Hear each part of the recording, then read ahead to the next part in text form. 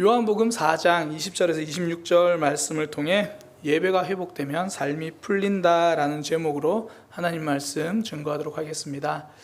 예배가 회복되면 삶이 풀립니다. 코로나가 시작되기 전인데요, 제가 서해에 갯벌에 조개를 캐러 한번 간 적이 있습니다. 이제 아는 분을 통해서 이제 경운기를 타고 이제 들어갔는데, 그 경운기가 들어가다 길을 잘못 들어서 이 갯벌로 빠져버린 거예요. 그러니까 이제 거기서 빼려고 이제 아무리 후진을 해도 이 바퀴가 헛돌더라고요. 이제 조개 캐러 갔다가 경운기를 캐야 하는 이제 그런 상황이 된 거예요. 함께 갔던 분들이 이제 내려가지고 밀고 당기고 뭐 그랬는데도 꿈쩍도 안 해요. 그때 저 멀리 이제 트랙터 한 대가 쫙 오는데요, 와, 그 모습이 얼마나 위풍당당하고 이 소망이 되는지 그 트랙터를 보고 저희가 이제 막 손을 흔든 거예요. 그래가지고 도움을 청했습니다. 그랬더니 트랙터가 정말 순식간에 경운기를 끌어내 주더라고요. 이 트랙터와 경운기 차이가 꽤 납니다, 등치 크기가. 그러니까 우리가 그렇게 열심히 뭐 전진 후진 다 해봐도 경운기는 계속 헛바퀴만 돌았는데요, 트랙터가 한번 끌어주니까 그냥 벗어날 수 있었습니다. 아무리 열심히 시동을 걸고 바퀴를 굴려도 헛바퀴가 돌면 수렁을 빠져나올 수가 없습니다. 외부에서 건져주는 힘, 그 트랙터 도움이 있어야 하죠. 오늘 본문에 나오는 여인의 삶이 그래요. 헛바퀴 인생입니다. 이름은 모르지만 사마리아 여인이라고 기록되어 있는데요, 5번 결혼을 했는데 실패했어요.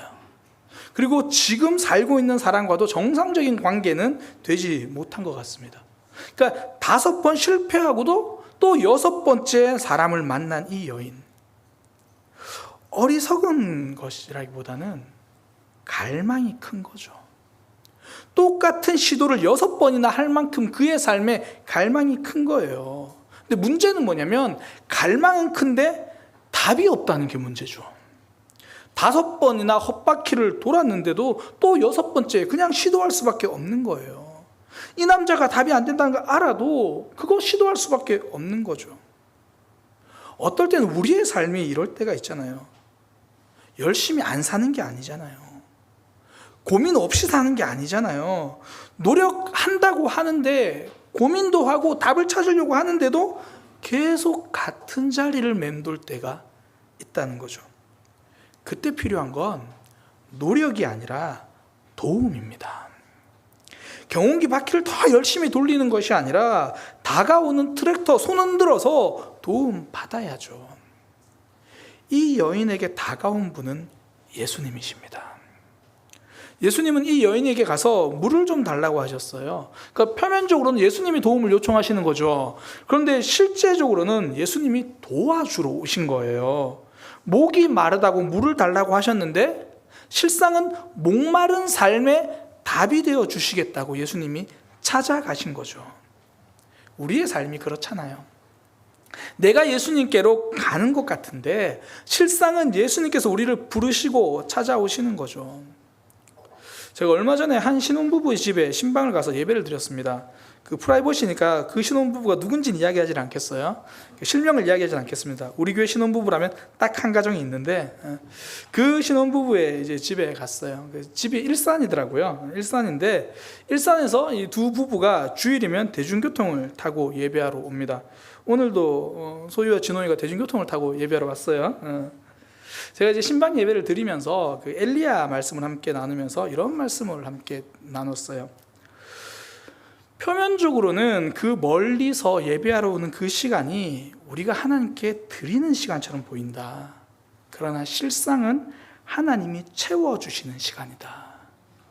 남들이 보기에는 그 시간 허비하는 것처럼 보이고 내가 쏟아내는 것처럼 그렇게 드리는 시간처럼 보인다. 그러나 실상은 그 1시간 반 대중교통 타고 오는 그 시간이 하나님 앞에서 드리는 나의 예배이고 나의 마음이다. 하나님은 그 자리 그 모습을 통해 이 부부의 삶과 인생을 풍성하게 해 주실 거다. 우리가 왜 이 예배 자리에 왔습니까? 하나님에게 도움이 되고자 함이 아니고요, 하나님이 주시는 은혜로 채우려고 하기 위함입니다. 하나님이 우리를 채워주시는 시간이죠. 내 노력만으로 안 되는 그 헛바퀴 도는 삶 있잖아요. 그 삶에서 하나님께 도움받는 시간이죠. 그것이 오늘 저와 여러분, 우리가 이 자리에서 드리는 예배입니다. 하나님께 연결되는 시간이죠. 내 삶에서 이 예배가 돌파구가 되는 거예요. 이 사마리아 여인은 이제 우물가에 물을 기르러 왔다가 예수님과 연결되고 나서 새로운 삶을 살게 되거든요. 이 만남을 맥락을 좀 이렇게 단순하게 좀 요약해서 맥락을 이야기하면 이래요. 사마리아 여인 입장에서 보면 이제 물을 기르러 갔습니다. 우물가에 갔는데 한 남자가 있다가 물을 달라고 하는 거예요. 그것도 유대인이. 당시에 이제 유대인들은 사마리아인들 인종차별을 굉장히 심하게 했어요. 같이 말도 안 했거든요. 그러니까 이 여인 입장에서는 좀 불편하죠. 평소에 말도 안 걸다가 목마르니까 물 달라 그러나? 그래서 이렇게 말해요. 굉장히 퉁명스럽게 말합니다. 유대인인 당신이 왜 나보고 물을 달라고 합니까? 그런데 예수님이, 이제 그 남자가 예수님인데, 예수님이 좀 이상한 이야기를 하세요. 분명히 예수님이 물 달라 그러셔놓고 이렇게 말해요. 지금 그 여인에게 내가 누군지를 알았으면 오히려 네가 나보고 물을 달라고 했을 거다, 그렇게 이야기해요. 그 다음 하시는 말씀이, 내가 주는 물을 마시면, 예수님이 주는 물을 마시면 영원히 목마르지 않을 거다. 여기서도 선명하죠. 예수님은 지금 물 달라고 말씀하시는 게 아니라 실제로는 물을 주려고 하신다는 거죠. 우리에게 은혜 주시려고 하는 거예요. 그런데 여인 입장에서는 좀 황당한 이야기죠. 아니, 한 번 마시면 영원히 목마르지 않는 말을 주겠다고? 그러니까 여인이 뭐라 그러냐면, 아우 그래요, 그 물 있으면 나도 좀 줘봐요. 아우 나 여기 좀 이제 안 와도 되게, 뭐 이런 식으로 이야기하는 거예요. 그런 물 있으면 나에게 주세요. 내가 다시는 안 와도 되게. 아유, 그런 물 있으면 참 좋겠네. 뭐 이런 식이에요. 예수님의 말씀이 지금 잘 안 들어져. 그때 예수님이 이 여인의 태도를 바꿔 놓을 만한 말씀을 하세요. 가서 남편을 불러와라. 남편이라는 단어가요, 이 여인에게는 금기어예요. 상처고 아픔이거든요. 숨기고 싶은 일이죠. 그러니까 이전에 결혼을 5번 했었는데 그 남편에 대한 이야기, 뭐 굳이 처음 본 남자에게 뭐 자세하게 데리고 가기도 그러니까, 남편 없어요, 이제 그러고 만 거예요. 남편 없어요. 그랬더니 예수님이 그 말을 듣고 더 놀라운 이야기를 하십니다. 남편이 없다고? 그래, 그 말이 맞지. 지금까지 남편이 5이 있었는데, 그리고 지금 있는 남자도 진짜 남편이 아니니까 남편이 없다는 그 말이 맞네. 이 이야기를 듣고 여자가 깜짝 놀랐죠. 정말 숨기고 싶고 남에게 이야기하고 싶지 않았던 그 말을 들킨 거예요. 그러니까 예수님 보고 이러죠. 당신이 선지자군요. 선지자군요. 나를 다 알군요. 당신이라면 답을 알 수 있겠군요. 그러면서 질문하는 게 예배에 대한 질문을 갑자기 해요. 우리는 이스라엘에서 예배하는데 유대인들은 예루살렘에서 예배한다면서요. 갑자기 예배에 대한 질문을 해요. 이건 예배에 대한 질문이 아니고요, 삶의 답을 찾고 싶다는 거예요. 내 삶의 문제를 내 힘으로 답을 찾을 수 없으니까 하나님께 가면, 유대인 당신들이 말하는 그 예루살렘에서 예배를 드리면 내 삶에 답이 있을까요? 거기서 예배한다면 내 삶의 문제가 해결될까요?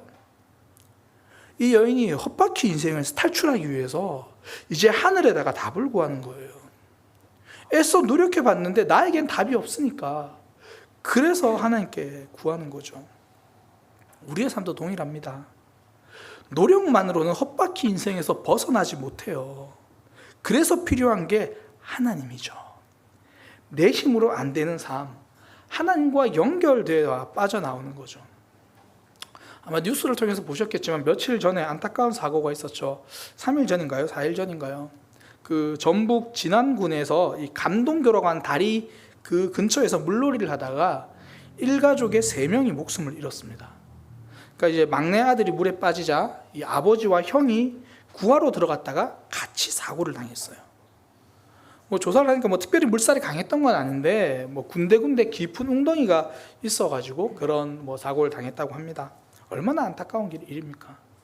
그래서 사실 이제 여름철에서 물놀이 많이 하는 지역에 가면 보통 이제 구명 그 튜브가 있잖아요. 구명 튜브가 있고 또 정말 사람들이 많이 있는 곳에는 안전 요원이 배치되어 있기도 합니다. 그러니까 물에 빠지면 내 힘으로 못 나오니까 구명 튜브의 도움이라도 받아서, 아니면 구명 그 안전 요원의 도움이라도 받아서 나와야죠. 내가 못 나오면 도움을 받아야 삽니다. 내 인생 계속 헛바퀴 인생 살면 이제 하나님께 나와서 하나님의 도움을 붙들어야 산다는 거예요. 이게 성경 말씀이잖아요. 사무엘상에 보면 이스라엘 백성들이 계속 블레셋에게 고생을 하거든요. 블레셋이 이스라엘 백성을 공격해요. 그때 사무엘 선지자가 뭐라 그러냐면 이스라엘 온 백성들아 모이라 그래요. 그럼 계속 블레셋의 공격을 당했으니까 모이라 그러면 군사훈련이라도 해야 되는데 사무엘 선지자가 선택한 건 기도예요. 내가 여러분들을 위해서 기도하겠습니다. 그리고 나서 예배를 드려요. 제사를 드리거든요. 그동안 우리 힘으로 못 이겼는데 또 우리 힘으로 해보겠다고 군사훈련을 하는 것이 아니라 이제 하나님 붙드는 거죠. 그렇게 모여있으니까 블레셋 사람들은 또 이 좋은 기회다. 저 녀석들 모여있네. 또 괴롭혀줘야지. 그러고 공격해서 오는데요. 이번에 상황은 달라집니다. 결과는 이스라엘의 승리예요. 정확히 말하면 하나님의 승리죠. 더 지혜로운 사람, 더 힘센 사람이 문제를 돌파하는 게 아니고요. 하나님과 연결된 사람이 승리합니다. 우리의 삶에서 문제가 왔을 때 하나님과 연결되어 돌파하는 삶이 되기를 축복합니다. 계속 같은 문제, 같은 어려움에 묶여있다고 느껴질 때가 있잖아요. 그때는 이거 어떻게 돌파하지? 그거 고민하기보다 계속 같은 어려움, 헛바퀴 도는 인생이 나에게 찾아오면 내가 지금 하나님과 연결되어야 하는 그 순간이구나. 그걸 깨달는 믿음의 삶이 되기를 축복합니다. 그러니까 헛바퀴만 돌리지 말고 내 영혼의 트랙터 대신 우리 하나님과 연결되는 그 순간, 그 자리를 찾아가는 거죠. 오늘 말씀은요, 우리가 그 하나님과 연결된 이 연결에 대해서 우리에게 알려주시는 겁니다. 하나님과 연결되는 순간, 한 단어로 예배잖아요. 예수님께서 오늘 말씀을 통해 예배를 어떻게 해야 하는가 그 이야기를 해주시는 거예요. 사마리아 여인은 예수님과 대화해서 예배에 대해서 알게 되거든요. 오늘 말씀을 통해서 하나님과 제대로 연결되기를 축복합니다. 예배가 그냥 일요일이 돼서 주일이 돼서 그냥 숙제처럼 드리는 예배가 아니라 하나님과 연결돼서 헛바퀴 인생이 빠져나오는 삶이 되기를 축복합니다. 어떻게 하는 것이 제대로 된 예배인가? 예수님은 영과 진리라고 그래요. 이 두 가지를 하나로 묶어서 설명하기도 하고 영과 진리도 따로 보는데요. 오늘 영과 진리 따로 한번 살펴보겠습니다. 영과 진리. 첫 번째, 어떻게 하는 것이 제대로 된 예배인가? 영으로 예배한다. 이 말이 소통이에요. 하나님과 소통. 예배는요, 하나님과 소통입니다. 사마리아 여인이 예수님에게 예배 장소에 대해서 질문하거든요. 우리는 이 산에서 예배하는데 유대인들은 예루살렘에서 예배할 곳이 있다고 하던데요. 이게 이 산이라는 게 유대인들이 포로에서 돌아오면서요, 이 성전을 새로 지어요. 그때 성전을 새로 짓고 신앙을 새롭게 하는데 유대인들을 배제합니다. 너희들과 함께하면 이방에 섞여 있는 그 우상 섬기는 것들 우리에게 들어올 수 있어. 배제해요. 그래서 유대인들은 예루살렘의 성전을 지을 때에 사마리아인들은 예루살렘의 성전을 짓지 못하고 그리심 산에다가 성전을 지어요. 하나님께서 축복의 산이라고 말씀해 주신 그 산에다가 성전을 짓습니다. 그래서 그때부터 사마리아인들은 그 산에서 예배를 하는 거예요. 지금 그 산 이야기하는 겁니다. 우린 이 산에서 예배하는데 당신들은 예루살렘 거기서 예배하네요. 그러니까 한마디로 어디에서 더 예배하면 더 좋을까요? 그렇게 이야기를 해요. 그런데 예수님이 하시는 말씀이 뭐냐면 이곳이든 저곳이든 거기서 예배한다고 너희 삶이 달라지는 것이 아니다라는 거예요. 이 산도 아니고 예루살렘도 아니다. 네가 어디에 있는지가 중요한 게 아니다. 그러면서 하시는 말씀, 하나님은 영이시다. 그러니 영과 진리로 예배하라. 하나님 영이시다. 첫 번째 영으로 살펴보면 영으로 예배하라는 거예요. 그러니까 우리가 예배한다는 건 내가 장소에 참석하는 그 이상의 의미를 가진다는 거죠. 내 몸이 온 것이 예배드린 것이 아니다라는 거예요. 오늘 표현으로 이야기하면 그 영혼, 우리가 좀 더 오늘날 이 좀 받아들이기 쉬운 그냥 이미지로 이야기하면 마음이죠. 내 마음이 있는 곳이 예배다. 그러니까 하나님은 영이신데 내 몸이 여기에 앉아 있다고 해서 예배한 건 아니라는 거예요. 그 요즘 뜨는 드라마가 하나 있죠. 그 이상한 변호사 우영우 혹시 보셨습니까? 그 주변에서 원체 재밌다고 해가지고 제가 그 중간에 한 3편, 4편 정도 지났을 때 1편을 봤어요. 그 첫 편을 봤는데 거기 나오는 대사 하나가 와, 이 법에 대해서 이렇게 해석하는구나. 제가 그걸 보고 완전 빠져가지고 그때부터 이제 계속 그걸 봐야겠다 그랬는데 그 후로는 뭐 법에 대한 건 잘 없더라고요. 이 우영우라는 변호사가 극 중에서 자폐 스펙트럼 장애를 가진 사람입니다. 우리가 흔히 말하는 자폐를 가진 장애인으로 등장을 해요. 그때 이제 우영우 변호사가 그 한 이제 아주머니를 변호를 위해 준비한 장면인데요. 그 아주머니가 이 남편을 때려서 죽이려고 했다라는 그런 이제 죄명을 가지고 있어요. 남편이 하는 게 너무 마음에 안 드니까 같이 죽자고 때렸는데 남편이 쓰러져 버린 거예요. 그래서 남편을 죽이려고 했다, 그 죄명입니다. 이제 변호를 하기 위해서 그 피고인을 만나서 그 아주머니를 만나서 물어요. 혹시 남편을 때리려고 할 때 어떤 마음이셨습니까? 이렇게 물어요. 그러니까 아주머니가 뭐 내가 무슨 마음인지 그게 중요해? 이렇게 말해요. 그때 우영우 변호사가 하는 말이 네, 마음이 중요합니다. 법은 마음을 중요하게 생각합니다. 이렇게 말해요. 죽일 마음이었다면 살인 미수죄, 다치게 할 마음이었다면 상해죄, 좀 때려줄 마음이었다면 폭행치상죄, 그냥 실수였다면 과실치상죄입니다. 법은 마음을 중요하게 생각합니다. 마음에 따라 죄명이 바뀝니다. 그 법에 대해서 전혀 생각하지 못했던 관점이었거든요. 이 드라마는 꼭 봐야겠다. 그 다음에 법에 대한 이야기는 잘 모르겠어요. 법은 마음을 중요하게 생각한다. 마음에 따라 죄명이 바뀐다. 예배가 그렇습니다. 예배는요, 마음을 중요하게 생각합니다. 오늘 본문의 표현으로 우리의 영이 지금 어떤 상태인가, 그걸 중요하게 생각합니다. 우리의 영의 상태에 따라서 그것이 예배일 수도 있지만 그것이 그냥 출석일 수도 있다라는 거예요. 사람은 외모를 보거니와 하나님은 중심을 보신다. 비록 와서 피곤해서 졸 수 있어요. 그래도 내가 나오는 그 순간 내가 하나님께 예배해야지, 그런 마음으로 왔으면 비록 졸고 있어도 그 예배는 하나님 앞에 아름다운 예배예요. 반대로요, 예배 시간에 앉아가지고 꼼꼼하게 말씀을 기록합니다. 이것저것 최선을 다합니다. 그러나 하나님께 집중하는 것이 아니라 내가 그냥 이렇게 하고 있다라는 그 자체가 목적이면 그 예배는 실패한 예배입니다. 대화가 그렇잖아요. 상대방과 대화를 해도 대화를 하다 보면 이 사람이 지금 나한테 마음을 주고 있는지 아닌지를 알잖아요. 그냥 앉아만 있는지 나랑 함께 대화를 하는지, 내 앞에 앉아 있어도 소통이 안 되는 경우가 있잖아요. 마음으로 예배한다, 영으로 예배한다, 이 말은 한마디로 내가 지금 하나님과 소통하고 있는가, 그 말이에요. 영이다 마음이다 뭐 어떻게 하는 게 마음인가 두루뭉술하잖아요. 내가 예배를 통해서 지금 하나님과 소통하고 있는가, 그거 점검하면 되죠. 그냥 절차나 예식이 아니라는 뜻이에요. 만약에 소통이 아니라 절차면 내가 운전해서 교회 온 거예요. 내가 버스 타고 교회 온 거죠. 그런 하나님과 소통이라면 하나님이 불러서 온 거예요. 하나님이 불러주시니까. 지난주에 설교할 때 그 한 목사님에 대해서 이야기를 했죠. 뒤늦게 목회하신 그분.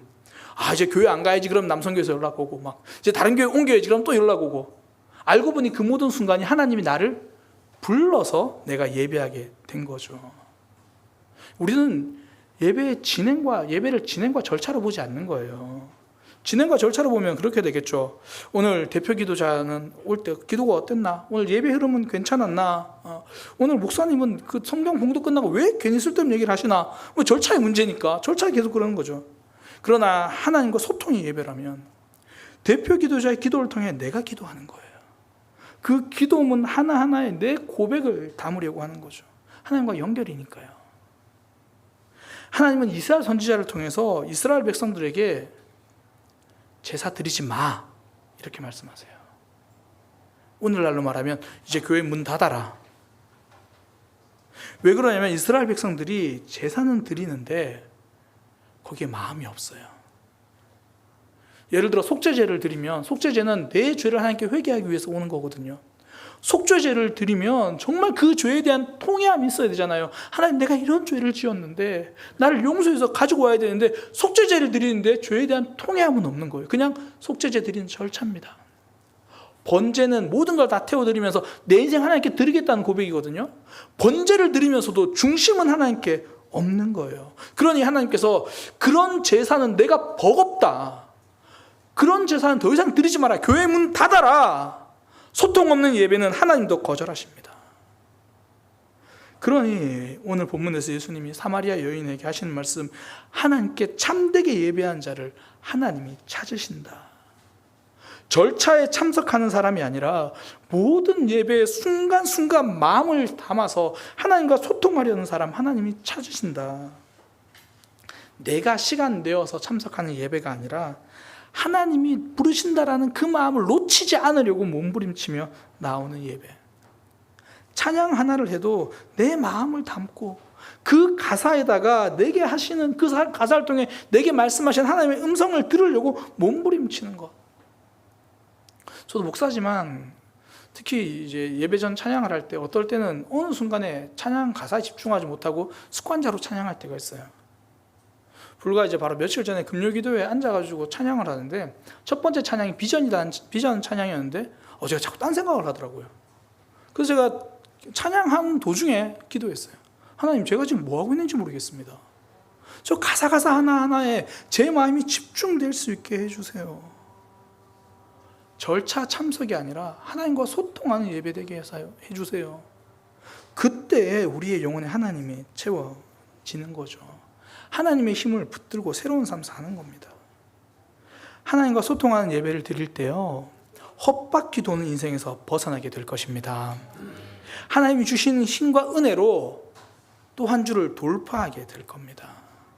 이게 예수님 말씀하신 영으로 예배한다는 거예요. 두 번째, 하나님께서 우리에게 말씀하시는 예배, 진리라고 말을 하는데요. 예수님께서 영과 진리로, 이 진리로 예배한다는 게 쉽게 말해서 나 자신이 하나님을 대변한다, 그런 이야기입니다. 그러니까 내 모습 그대로 하나님 앞에 예배한다. 이제 예수님께서 진리로 이야기하잖아요. 이 진리라는 단어의 뜻 자체가, 헬라어 단어의 뜻 자체가 존재, 그런 말이에요. 존재, 실제, 그런 의미예요. 그러니까 진짜 모습. 그러니까 겉으로 보여지는 모습 말고 내면에 있는 그 실제, 그 존재. 그러니까 진리로 예배하라, 이 말은 너의 존재가 예배하라는 거예요. 그러니까 지금 내가 교사니까 내가 교사로서 예배합니다. 그렇게 교사가 예배하지 말고, 목사가 예배하지 말고 박명수 그대로 하나님 앞에 존재로 예배하라는 거예요. 내 존재로 예배할 때 내 영혼이 살아나거든요. 하버드 대학교 학생들에게 굉장히 인기 있는 강사가 있습니다. 탈 벤 샤하르라는 교수인데, 탈 벤 샤하르, 이 교수가 리더십이나 심리학에 대해서 가르치는데요, 그 수업 방식과 레포트가 굉장히 독특해요. 강의를 마치고 나서 레포트를 이렇게 내줍니다. 숙제를 이렇게 내주는 거예요. 오늘은 다들 돌아가서 8시간 이상 충분히 잠을 자고 오는 것, 그게 숙제입니다. 이렇게 숙제를 내주니까 학생들이 좋아하죠. 이게 숙제입니다. 또 어떨 때는 수업 시간에, 강의 도중에 조명을 낮추고 명상의 시간을 가지는 거예요. 그것도 여러 번. 강의 내용은 리더십 심리학인데 어떤 리더십을 가지라고 말하기 전에 먼저 자기 자신에게 충실하라고 말하는 거예요. 이 벤 샤하르 교수가 강조하는 행복을 위한 6가지 비결, 6가지 계명이 있는데요, 그 중에 첫 번째가 뭐냐면 원초적인 인간답게 자연스러워져라. 그러니까 하버드 대학생답게 살기 전에 먼저 한 사람답게 살아보려고 노력하라는 거예요. 너무 아등바등 잠 못 자고 공부하는 것도 좋지만 그거보다 더 좋은 성적을 내려고 하기보다, 더 좋은 실력 쌓으려고 하기보다 먼저 자연스러운 인간이 되라라고 그렇게 이야기합니다. 우리 자녀들이 6년 동안 공부할 때 대부분 이렇게 했죠. 아등바등 공부하기보다 먼저 자연스러운 인간이 되려고 참 많이 노력을 저도 참 했던 것 같은데, 자연스러운 인간이 되려고 하라. 근데 사실 우리의 삶은 그게 어렵죠. 우리 부모님들 자녀들 어릴 때 키울 때 생각해보면 알잖아요. 애기 하나 있으면 내 삶이 다 무너집니다. 일단 밥도 제대로 못 먹어요. 화장실 갈 때 문 열어놓고 볼일 보는 거는 뭐 일도 아니죠. 그러니까 내 삶은커녕 엄마로서의 삶, 아빠로서의 삶을 사는 거예요. 직장에서도 마찬가지죠. 직장에서 정말 내 모습대로 살면 바로 쫓겨납니다. 우리 교회 많은 집사님들, 성도님들도 퇴직을 앞두고 있거나 퇴직을 하신 분들 중에 사실 이제 좀 쉬어야지 하는데 못 쉬잖아요. 나 혼자 생각하면 쉬거든요. 그런데 아빠로서의 삶, 가장으로서의 삶 때문에 못 쉬는 거죠. 삶에서는 나 자체로 산다는 게 어려워요. 안 돼요. 근데 예배 때는 그게 됩니다. 아니, 예배 때는 그렇게 해야 됩니다. 하나님은 박 목사를 만나기 위해서 기다리시는 게 아니라 박명수를 만나기 위해서 기다리시는 거예요. 우리 교회 권사님, 예를 들어 하나님은 우리 김문숙 권사님, 김문숙 권사를 기다리는 게 아니라 김문숙 성도를 기다리는 거죠. 학교 선생님이던 김문숙 씨가 아니라 하나님의 딸을 이 자리에서 기다리고 계시는 거죠. 여기까지 와서 예배 자리까지 와서 직분자할 필요는 없는 거죠. 예배까지 와서 김 팀장일 필요는 없는 거예요. 그거 다 내려놓고 너의 존재로 예배하라는 거예요. 누구의 딸이기 때문에 예배하는 게 아니고 누구의 아빠이기 때문에 예배하기 전에 하나님 앞에서 나 자신으로 예배하라. 진리, 알레데이아란 헬라어가 그런 뜻이에요. 존재, 그 자체로 내 모습 그대로 예배하라. 좋은 모습 아니어도 된다는 거예요. 박자가 틀려도 찬양할 수 있습니다. 음정이 안 맞아도 찬양할 수 있습니다. 기도 어떻게 하는지 몰라서 입 밖으로 내기는 우물우물하지만 그래도 내 마음속에서 하나님께 바라는 게 있고 때로 내 마음속에서 하나님께 원망하는 게 있고 내 마음속에서 하나님께 불평하는 게 있다면 그게 아름다운 기도입니다. 있는 모습 그대로 예배하는 것. 하나님은 영이시니까 따로 꾸미지 않아도 되죠. 하나님은 화려하게 예배하는 사람의 예배를 받으시는 것이 아닙니다. 나의 예배를 받기를 원하십니다. 아직 하나님을 잘 몰라서 혹여나 간신히 예배에 참석하고 있다라면 그래도 나는 이 자리에 가서 졸더라도 무슨 말인지 못 알아들어도 나는 하나님께 예배하러 가겠다는 그 마음만 놓치지 않으면 하나님은 그 예배를 결코 초라하다고 말씀하지 않으십니다. 예수님이 성전 앞에서 헌금하는 자들을 볼 때 그렇게 하셨잖아요. 부자들이 헌금 많이 할 때 예수님 한마디도 안 하셨습니다. 그러나 가난한 과부가 땡그랑 동전 2개 헌금했을 때 예수님이 하신 말씀, 이 과부는 가난한 중에 그 자기의 전부를 넣었느니라. 그 모습이 초라하다고 말씀하지 않으셨습니다. 그 모습이 찬란하다고 말씀하셨습니다. 하나님 앞에 내 마음 전부 그냥 내 존재를 드리니까 좋은 모습 아니어도 됩니다. 내 모습으로 나오기를 기다리십니다. 누구 때문에 예배하지 말고 직분 때문에 예배하지 말고 내 모습 그대로 예배하면 그때 내가 사는 거예요. 그때 하나님이 주신 은혜를 경험하는 거죠. 하나님, 나도 한번 제대로 예배하고 싶어요. 그 마음 하나면 된다라는 겁니다. 이번 한 주 얼마나 피곤하셨습니까? 그래도 우린 또 이 자리에 남았잖아요.